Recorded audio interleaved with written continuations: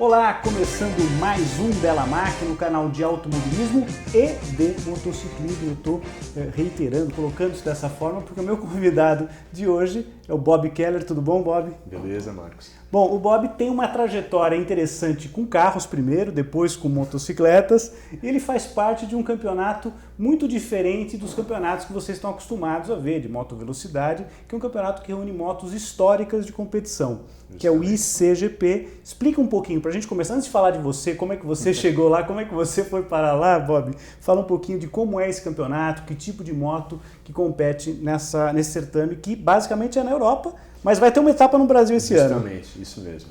O ICGP é um campeonato, na verdade, internacional, como diz o nome, International Classic Grand Prix, né, feito para motos de Grand Prix mesmo, que correram nos grandes prêmios de motociclismo. Oficiais, né? Do Sim, na década de 70 e 80. Tá. Então, são motos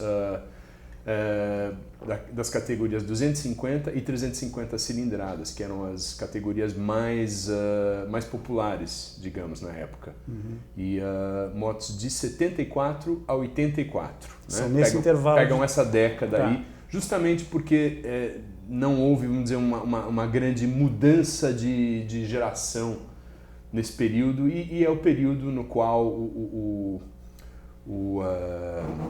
criador do campeonato correu também. Tá. Então ele focou nessa época, tem que se focar, não dá para abrir um campeonato para motos clássicas em geral. Uhum. E eu acho que é justamente uma época que eu vivi na minha juventude, acompanhando, vendo, e podendo participar agora é fantástico, realmente. São motos... Então, quer dizer, a moto de 80, vamos por assim, para o pessoal entender, uma moto de 84, tecnicamente, não é tão diferente da moto do final dos anos 70, por exemplo? Basicamente não. São todas motores 2 tempos. Tá.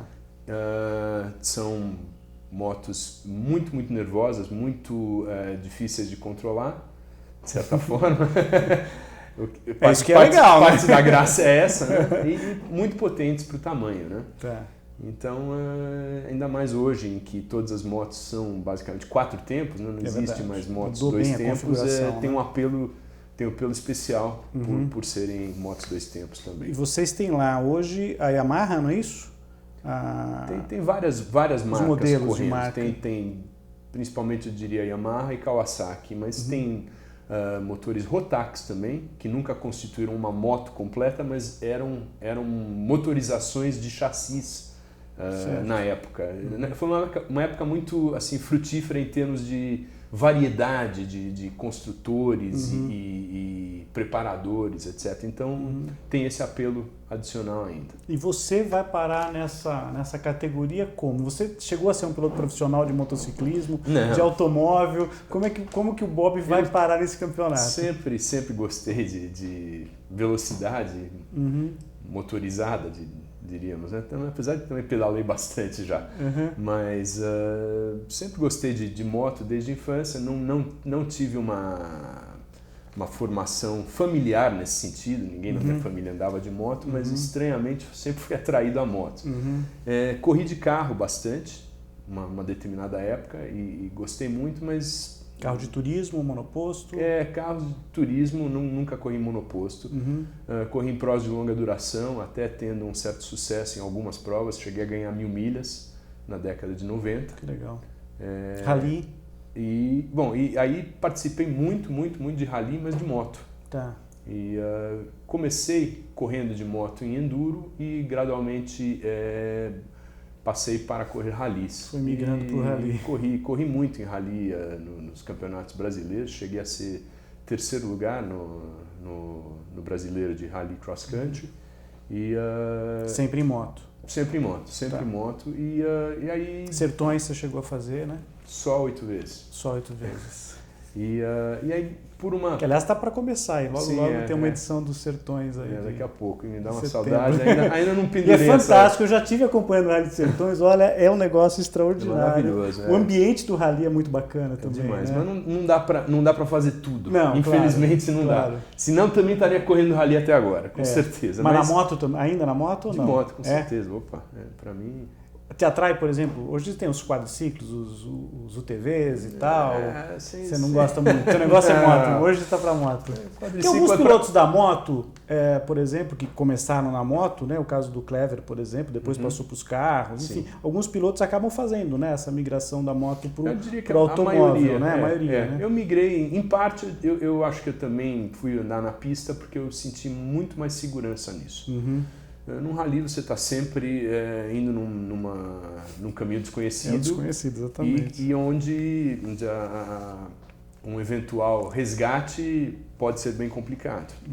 Numa pista você pelo menos sabe para que lado a próxima curva é e está sempre perto também de um socorro médico, caso precise. E as pistas, né? Eu até recebi recentemente o Alex Barros e a gente falava muito sobre a dificuldade, às vezes, que no motociclismo existe, Bob, entre você conseguir homologar uma pista para moto. Né? Porque as condições, as exigências de segurança em relação à zebra, área de escape, guarda-reio, tudo isso, se você consegue, aliás, até falou uma coisa muito interessante, se você consegue adequar uma pista para moto, corre qualquer coisa. Praticamente, né? Porque você consegue configurar e tal.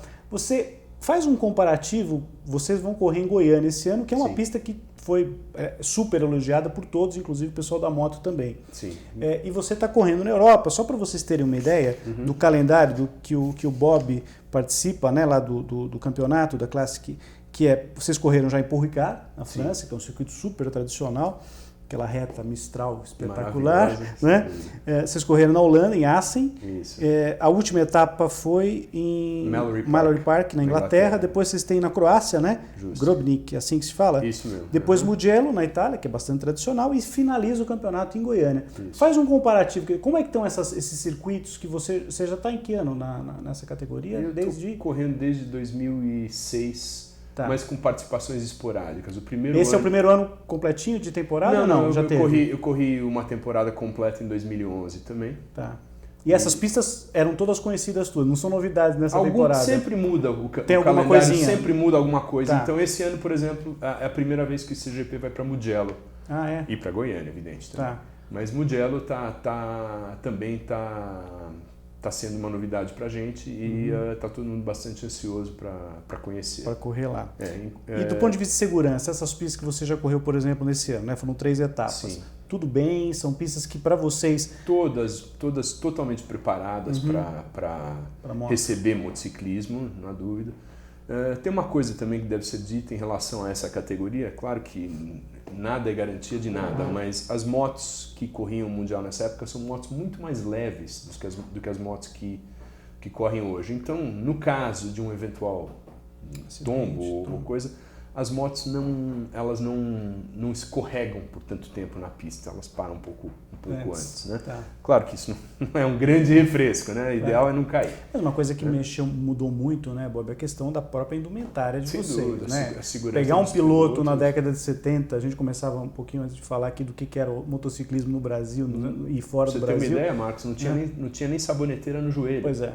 Né? Os caras começaram enfaixando o joelho com aquele silver tape para aguentar a abrasão do asfalto quando começaram a deitar mais, né? E aí, então, hoje também você tem uma produção de costas, total, enfim, é muito mais. Os macacões muito melhores, sem dúvida. E dessas pistas que você correu nesses últimos anos, qual foi aquela que você sonhava em correr e realmente, porque às vezes você tem aquele ideal, putz, é fantástica a pista, mas você chega na hora não é tudo aquilo, mas de repente teve alguma pista que você se surpreendeu positivamente, falar, putz, eu tô aqui. Eu posso mencionar entre algumas pistas, assim, as que são realmente sensacionais na minha cabeça são Spa, sem dúvida. Vocês fizeram etapa lá em Já Spa? Fizemos algumas vezes, legal. já corremos umas 3 vezes em Spa. E Spa é sensacional, ela é longa, fluida. E essa é a versão reduzida de Spa, né? Que no começo dos anos 70 ela ainda foi cortada de 14 para 7 km. Que é o que a gente tem a configuração. E a versão atual... Ainda bem que não cortaram mais. Tipo o Hockenheim, né? Aquele assassinato que fizeram com o Hockenheim na Alemanha, né? Mas Spa é uma das pistas assim épicas, apesar de que tem uma coisa, sempre chove lá. Nunca tive um fim de semana lá onde pelo menos em algum dia, em algum momento, não choveu. E vocês andam com pneus mistos, né? Com os pneus são né? sempre os mesmos pneus, de forma que, caso haja chuva, não tem necessidade de trocar. É um pneu com aparência clássica, mas com um composto super moderno, super aderente. E a primeira vez que você fez a Eau Rouge, como é que foi? Devagarzinho, sempre. Eu acho que toda pista você tem que conhecer, né? Crescer aos poucos, assim, né? Não dá para tentar chegar no teu limite e ver onde é o teu limite também, né? Sem dúvida. Mas aí outra pista que também é épica é Paul Ricard. Paul Ricard parece uma mesa de bilhar, assim, de lisa, de longa, de curvões também. Ela é bem diferente de Spa no sentido de que ela é basicamente plana, totalmente plana. Muito pouca inclinação nas curvas, mas tem uma visibilidade ótima. Assim, né? Outra pista maravilhosa também é a Assen, muito técnica, aparentemente relativamente simples, mas para você conseguir andar rápido lá, precisa de tempo realmente para pegar a essência da pista. Jogos, simuladores, essas coisas te ajudam? Alguma coisa você costuma utilizar, pelo menos para saber que lado vira numa pista nova? Difícil. Hoje ou não? Não, acho que... É legal. Ou pegar vídeo, por exemplo, para ver, de repente, pelo menos você já fez isso? Já fiz isso, mas... Nada como tá lá, né? É muito difícil você entender um ponto de frenagem, sem estar presente, uma angulação, principalmente o que esses jogos ou vídeos não transmitem mesmo são os relevos. Tá. Os relevos são completamente diferentes quando você está lá. Então o ideal é ter tempo de treino mesmo, né? O que não é também uma coisa muito comum. No ICGP, normalmente a gente já... São 4 andadas, em geral, num fim de semana. Eu ia te perguntar exatamente isso. Quer dizer, como é o final de semana e as baterias? Como é que funciona? É uma única bateria? Não, normalmente temos 1 ou 2 sessões livres. Tá. Isso começa quando no final de semana? Normalmente na sexta. Na sexta-feira. Na sexta. Aí depois, sábado, tem 1 ou 2 sessões de treinos classificatórios. Depende, cada instância é uma instância, cada caso é um caso, depende de que outras provas estão acontecendo no fim de semana e quanto tempo a gente consegue ter. É claro que vocês têm que se adequar ao que acontece na pista ali, exatamente, né? E as outras corridas que acontecem também. Mas, e aí, normalmente, 2 corridas. Isso tem sido já... o campeonato também acontecia com 1 corrida só por fim de semana, mas já há alguns anos o Henrique Solo, o organizador, procura realizar 2 corridas sempre a cada etapa. No mesmo dia? No mesmo, ou uma no sexta, uma no sábado e outra no domingo, ou então as 2 no domingo. E vocês já fizeram provas conciliadas com quais categorias, pessoal? Com diversos campeonatos nacionais e até internacionais, mas eu diria que o que mais impressiona é quando a gente corre junto com o BSB. BSB é o British Superbike, é o campeonato de superbikes inglês, que é um campeonato, acho que é o de mais alto nível no mundo, e ele normalmente tem um nível até mais alto que o Superbike mundial, em termos de nível de piloto, de preparação público de moto, muito grande. Público imenso. E eles são imenso. Apaixonados pelas motos antigas também, imagina.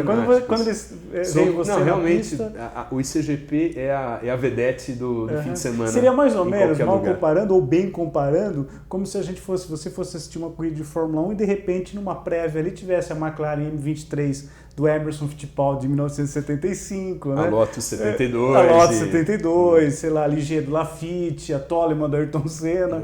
É por aí, né? Minhas referências são um pouquinho mais antigas. Ferrari 312. Do Lauda, e vamos por aí afora, do Regazzoni e tudo mais, né? Exato. Mas é por aí, eu acho que o público que gosta de motocicleta, e principalmente as pessoas de uma faixa etária maior, obviamente quando veem as motos de vocês deve ficar... E o som, né? Por causa do motor, né?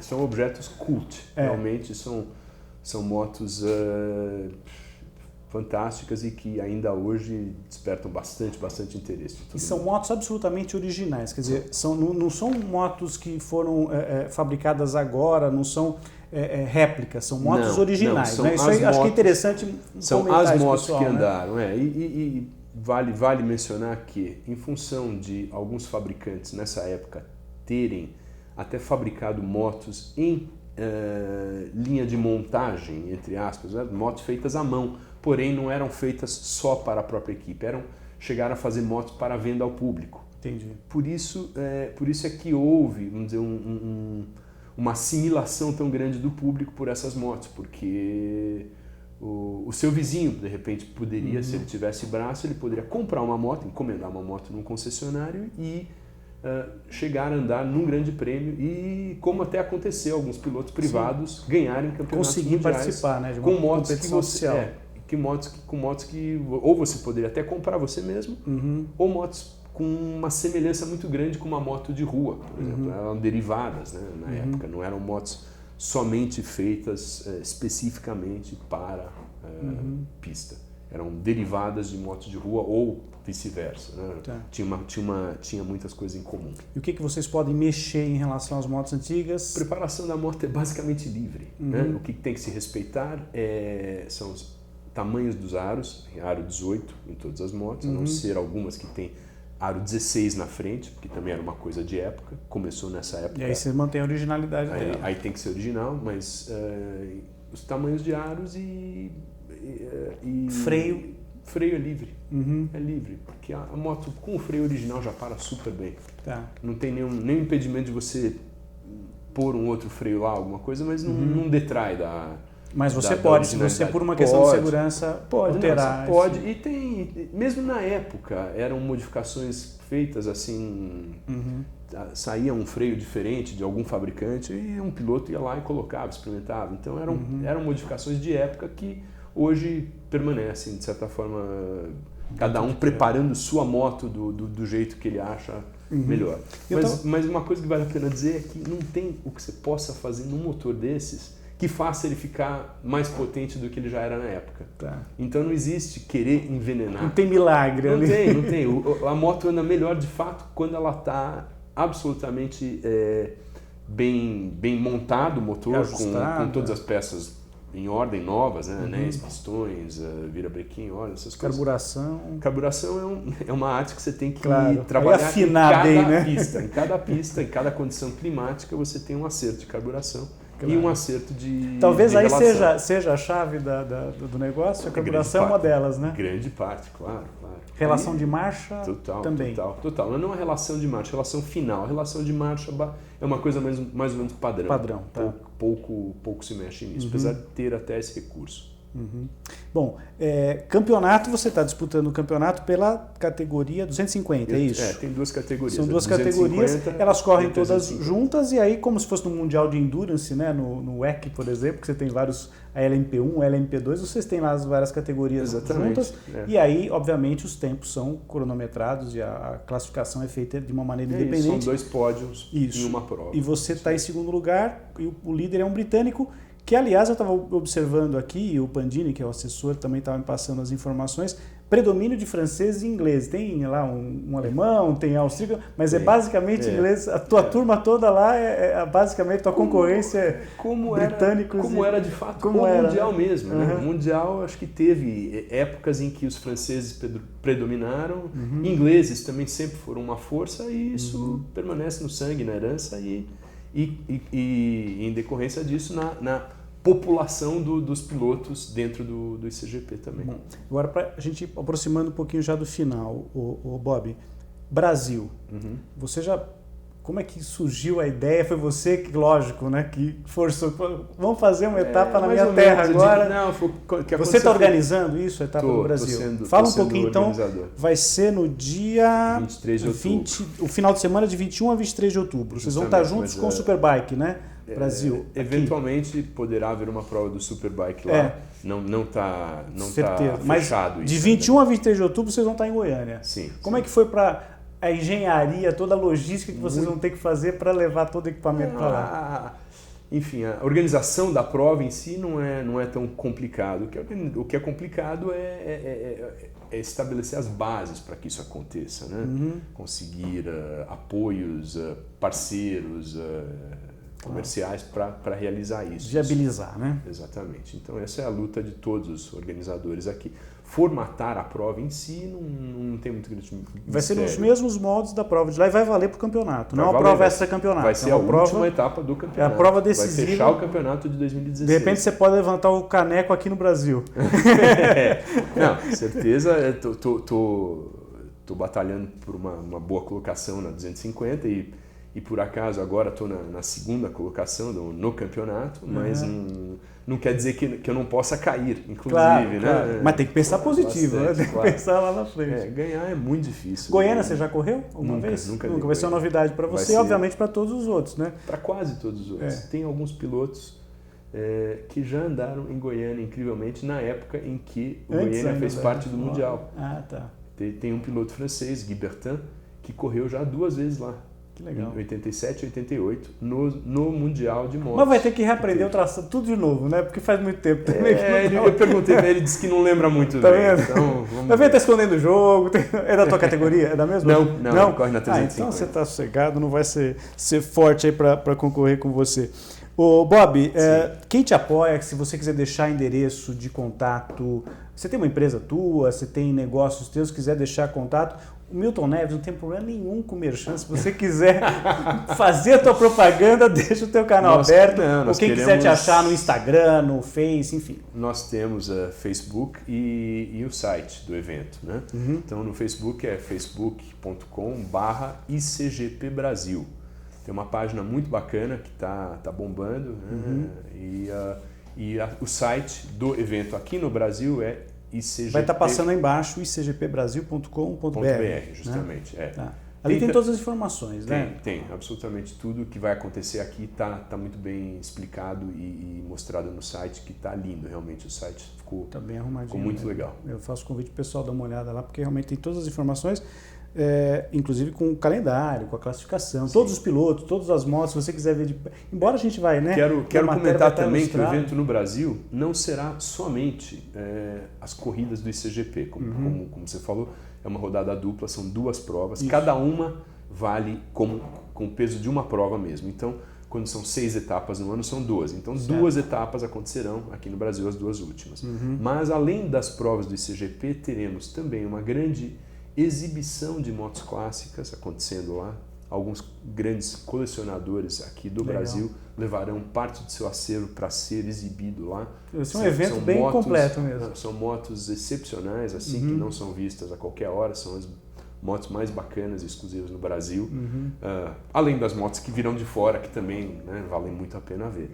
E também faremos uma homenagem para os pilotos brasileiros que correram na época nos anos 70 aqui no Brasil, que é conhecida como a época de ouro do motociclismo. Realmente é uma época onde diversos nomes apareceram, né? Nomes como Adu Celso, Edmar Ferreira, Denise Casarini, Tucano, Lucílio Balmer, enfim, uma série de nomes, Cigano, nomes épicos assim que viveram no meu imaginário quando eu era criança, quando eu estava crescendo, e que estarão lá sendo homenageados. Que legal. E vão fazer umas voltas na pista em cima das motos que eles mesmos andaram na época. Puxa, então bacana teremos demais. uma parada dos pilotos campeões brasileiros. Muito legal, parabéns. Bela iniciativa essa daí, preservar a memória, né? Que eu acho que é um negócio espetacular, né?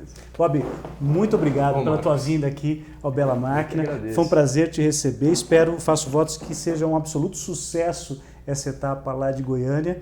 Vamos estar informando aqui ao público do Bela Máquina de tudo que estiver acontecendo no final de semana e das outras etapas que vão acontecer antes, né? Vão ser na Croácia e em Mugello, na Itália. E já que nós falamos do Adu Celso, que eu sei que faz parte do teu, tem todo um carinho por ele e tudo mais, a gente tem aqui a sessão Que Fim Levou do portal Terceiro Tempo. Eu sempre encerro o Bela Máquina dando alguma dica de algum piloto que esteja, né, nessa famosa sessão que é o xodó do Milton Neves. E lá nós temos a página exatamente do Adu Celso, que faleceu em 2005. Foi o primeiro brasileiro a ganhar uma prova no Mundial de Moto Velocidade, lá em 93, lá na Espanha, né? Em 73. Né? No circuito de Jarama, na Espanha. Justo. E 20 anos depois, por coincidência incrível, o Alex Barros, que esteve aqui com a gente, ganhou exatamente na Espanha, em Jarama. Então a dica de hoje é para você dar uma... Depois desse papo muito legal que eu tive com o Bob, a dica de hoje é para você dar uma olhada na página do Adu Celso, na sessão Que Fim Levou. O Bela Máquina de hoje fica por aqui. Muito obrigado. Até a semana que vem. Tchau.